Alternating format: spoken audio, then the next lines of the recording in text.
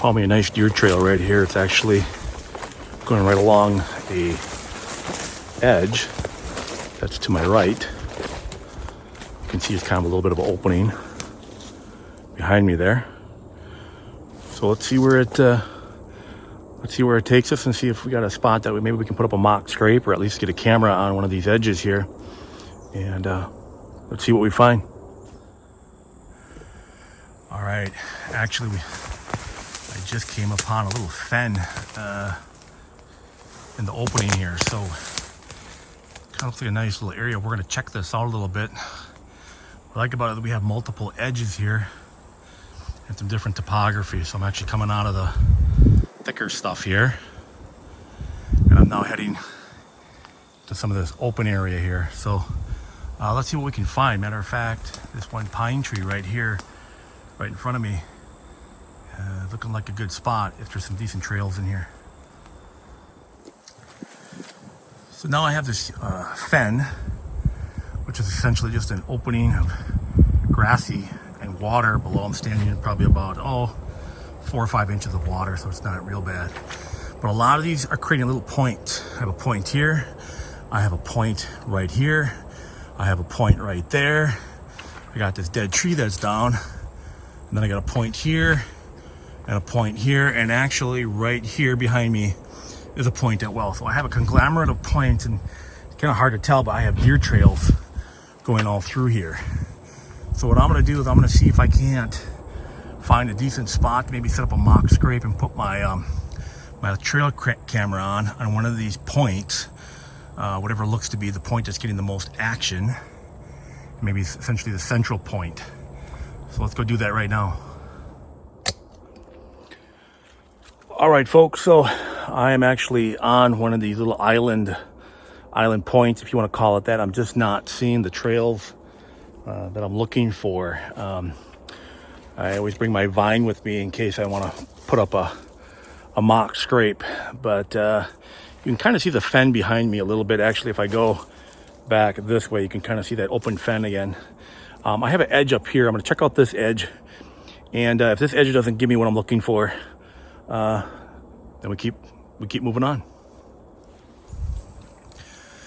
All right, so I had a faint trail here. It's not the most aggressive trail, and it's kind of wet too, so, which is good, don't get me wrong, but I'm not gonna be able to put a mock scrape on this wet area here.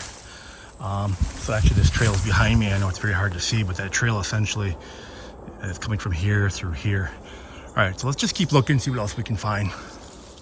All right, so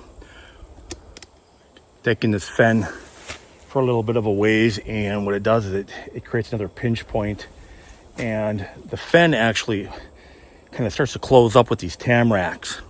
And where these tamaracks are, it's just narrowing the fen part, and that's where all these trails are coming together, because these deer are coming out of these tamaracks and heading this direction here. I also have a trail here, multiple trails over here. So I just have a lot of trails here. So this is where I'm gonna put up a trail camera and just see what we can find on here. And actually, I do have kind of a scraggly, I don't know if you can see it here. There's a kind of a scraggly tree right there that I could get up in, and it's kind of protected by some tamaracks off to the side. So it actually kind of would make a nice spot. Yeah, it'd be right next to the camera, but this is looking like it's a pretty good spot. So actually I have a big pine behind me too. That doesn't look too bad either. Well, there's only one way to find out, and that's what we're gonna do. We're gonna put that cell cam up, and we're gonna see what's back here.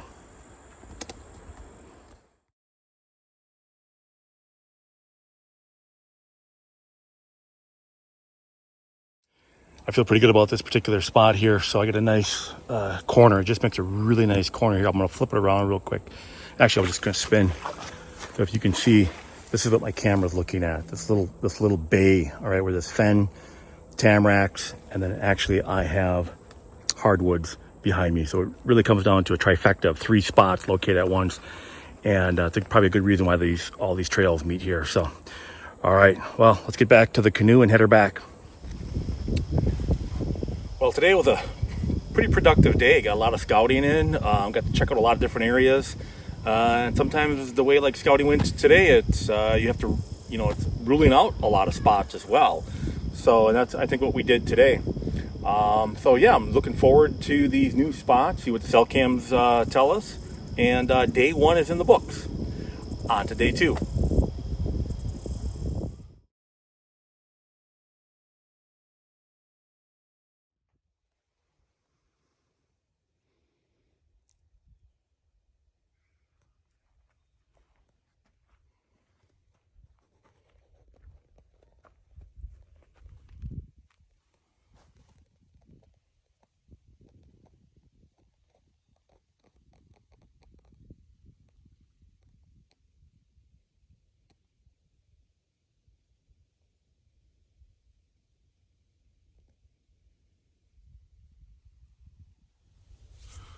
Well, good morning, everybody. Beautiful, beautiful morning here. It's nice, crisp, 49 degrees. Makes it great for scouting. So we're on to day 2, and just basically repacking the backpack, getting resituated. Get a few more cameras out today is the goal. So yeah, should be a beautiful day. Nice and cool, so I can get a lot of walks in. Make sure we hydrate before we head out, because yesterday sweat a little bit. So yeah, why don't you follow along and talk a little bit about more situational setups today, and why I'm scouting where I am here out in Wisconsin. So all right, folks, let's eat some breakfast and get moving. So today we're up in hill country here, and the reason that I came to this particular spot was due to the fact that we have a ridge line, and these points come off of this ridge line in hill country, and this particular point actually goes right down into a swamp area, or is near a swamp area. So that's why I'm checking this particular point. And of course, at the 1/3 edge here, military crest, if you want to call it that, I have a pretty good trail running across the top of this. And then, matter of fact, I actually have a fresh deer scat right there. So, and it's pretty fresh. So what I'm going to do is I'm going to keep walking this military crest trail, and see if I can't find a flat spot to maybe even put a trail camera on and see where this line goes. So why don't you follow along? All right, so one thing I'm really liking here is I got a bunch of these small rubs on these trees coming off the leeward side of the hill. Also, this leeward side is not as steep. It's making it easier for these deer to walk on compared to the other side, which is it's steep. It's wicked steep. So we got that going for us here. And then lastly, that trail that runs at that 1/3 of that military crest is just down here just a little bit. So I'm going to see if I can't find a spot to put a camera and set up. The only thing I really didn't quite care for here is it's a little open, a little more open than I would like. But this is how they got to access that swamp if they're going to come off this particular point. So let's go see what we got down below. If you can see the trail behind me, I know it might be kind of hard to tell. What's really nice is I have this oak tree that's got these branches right here. I'm not going to touch them too much. I can put a mock scrape literally right on the trail. I mean, the trail's right here. It's flat. It's nice and flat. It's like perfect for that mock scrape. And not only that, we're on that 1/3 military crest, and I'm on that leeward side of the hill back here, which is just above me. So it's looking really, really good. I like the spot. I like it a lot. So let's set up a trail camera on it and see what we see.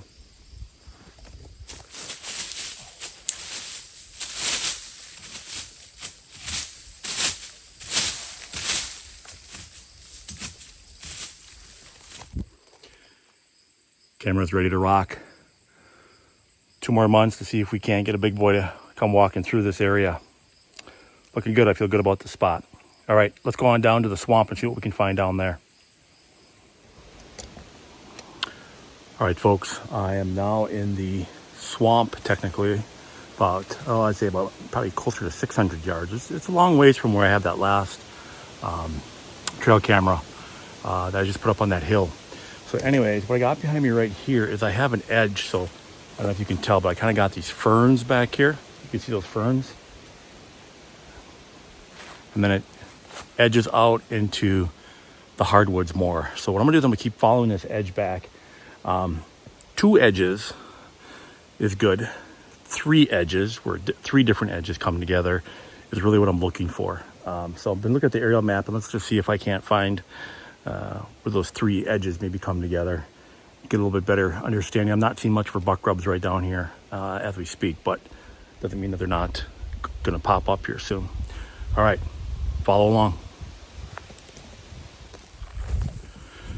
All right, folks, so what I got here is kind of a opening. This used to be an old cutover, and this cutover, it's grown up now, but what it's done is it's left a little bit of an opening here, and I have a heavy trail back here, and then I have this trail that goes back into there. You can actually kind of see, I mean, it's a huge hole that's going through there, and all these trails are coming together right here. And then what's kind of interesting is it makes a hub right here, but they all dissipate over time when you follow the trails out. And I wasn't going to show you that, but I kind of followed all the trails out a little bit, and they all dissipate. So what I'm gonna do is I'm just gonna put a camera here, and I don't have an exact spot yet where I'm going to set up, but I kind of want to see what's in the area first. I mean, there's definitely lots of trees to set up in and so on and so forth, but right now I'm on an edge, and the cutover is right here, and then it meets up to essentially the hardwoods over here. And if anything, they're at least following this trail here, and should be able to catch them with the trail camera and see what they're up to. All right, let's get that trail camera set up and then head on out.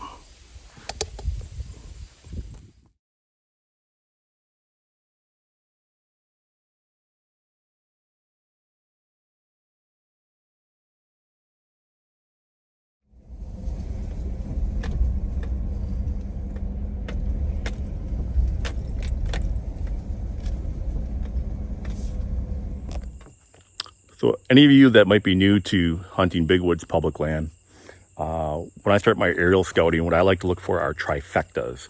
And essentially what trifectas are is where 3 different topography regions come together. And it could be elevation change with a piney woods and then maybe a swamp.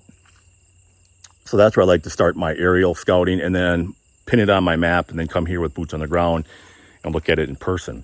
One thing I just want to mention, though, is that if it's a Captain Obvious spot from an aerial view, especially if it's public land, other people are going to see the same thing. So, okay, so you have to be a little bit careful with that. What I look for are those really subtle transitions. Matter of fact, I'll try to use some of those mapping systems where I can look back, especially during winter, and those are the best because I can see the different shades of trees that tell me that there's a transition here.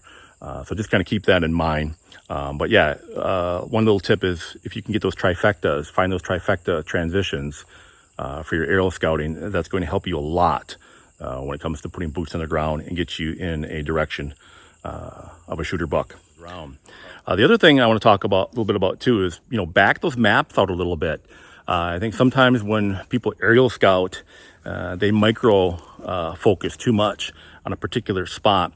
And sometimes it helps to back out that map and then start to, in your mind at least, I mean, if you're wrong, you're wrong, but you never know, you could be right. Start to connect the dots. Can you see a buck traveling from that little point that goes into the swamp? Maybe there's another ridge point that buck is trying to reach.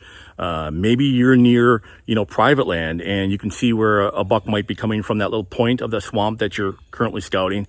And that buck is trying to get out to that, to check out that food plot to see if there's any does hitting the food plot during the pre-rut or rut stage. So always kind of take a look at that bigger picture when you're scouting, and don't always micro focus on stuff as well. And then obviously boots on the ground is going to tell you exactly where you want to be and the tree to sit in, and find that spot to kill that buck come fall. Let's keep moving.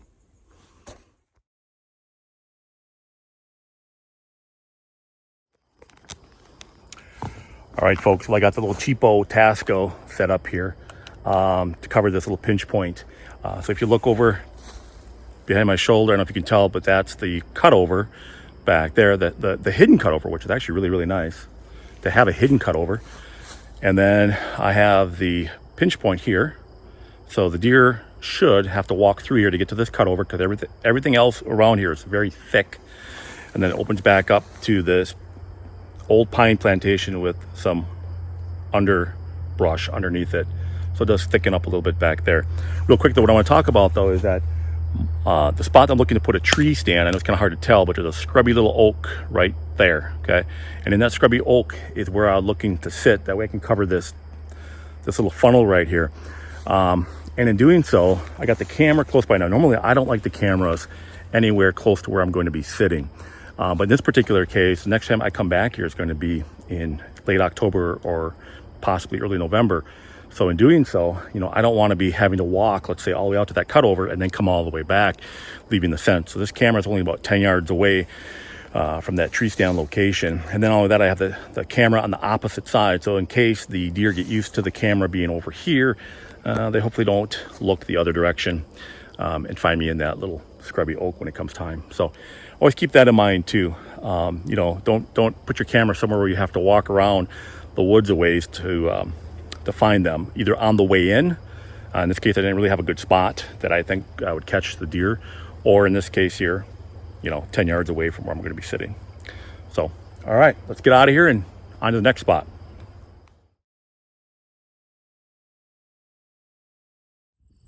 All right, folks, so I'm here on a cutover. Looks like it's about 2 years old. I just want to talk about cutovers real quick. So in this particular case, this cutover is a little bit more of a rectangle, okay? And how I tend to hunt cutovers is I pick a corner, and then off that corner, it's the corner closest to the next transition, all right? So whatever corner is closest to the next transition, or meaning different topography, that's the corner that I choose. And whenever I set up on a cutover, I always set up on the wooded area, never on the edge. I know a lot of guys like to be able to see into the cutover, to be able to shoot into the cutover. The older cutovers, yes, in some cases, but usually even in those cases, I like to be on the woods side or deeper in, because when a big buck comes through, he doesn't want to show himself out in daylight, especially during the pre-rut time frame, unless there's a hot doe in the cutover, then he'll pop out. But for the most part, when bucks are scent checking and checking these does coming out into the cutover, they stay on that inside angle. And once again, the corner that I choose, or usually choose, is the one that's closest to the next transition. So if you have a swamp or some thick hardwoods that meets up to, let's say, you know, in this case, a pine cutover, the closer it is to that corner, usually the better. So that's how I determine quickly where I want to hunt a particular cutover. Another little tip is that make sure, you know, when you're hunting out here in Big Woods public, there's plenty of spots, is to have enough stand locations for different winds, especially east winds. You know, a lot of people, I think when they come out here, they plan to stand for a west, northwest, southwest, which is a predominant wind here, especially in Wisconsin.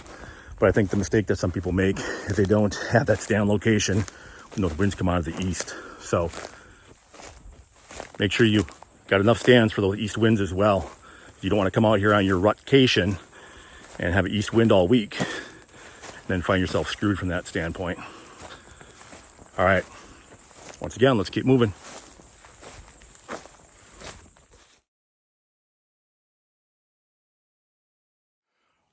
All right, folks, I'm really excited about this particular spot. Last spot of the 3 days of scouting. And I really like this spot, actually the best out of every spot I found so far. A little bit of a walk, but I think it's really gonna pay off this fall. So long story short, I have a tree right there. If you can see that, it's an oak. And it's just kind of like stuck in these short white pine. So I can get up in there with a tree saddle or a stand, and I should be able to be pretty well hidden in that spot, just utilizing these short pines. I really like that, to be able to get up in there on that. But really what makes this spot so special is behind me, I have a cutover over here. So it's an old cutover, probably about 6 or 7 years old. And then if you can tell, it's going uphill, okay? Uphill, and it opens up just a little bit. So I have this ridge that goes all the way up, all right? And I'm actually off of a plateau or a point that comes down. And then behind me is essentially open hardwoods.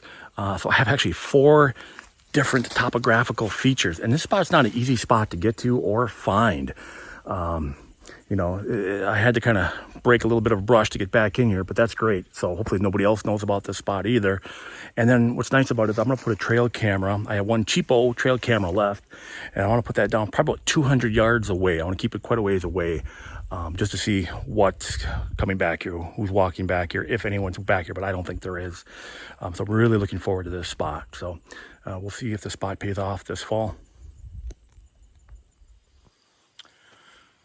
Well, folks, I hope you enjoyed this segment of Oak and Iron Outdoors. Hit that like and subscribe button. If you hit that subscribe button, that's going to assure you that you don't miss any of my hunts here in public land and some private land back home. The private land I have access to, they're just small little slivers, if you want to call it that. They're nothing too great. Matter of fact, I tend to do better out in the big woods in public land. So anyways, once again, hit that subscribe button, and as always, keep moving, get outside, and make sure you shoot those bows too, because the season is, like for me, 2 weeks away. All right, until next time, Clint from Oak and Iron Outdoors.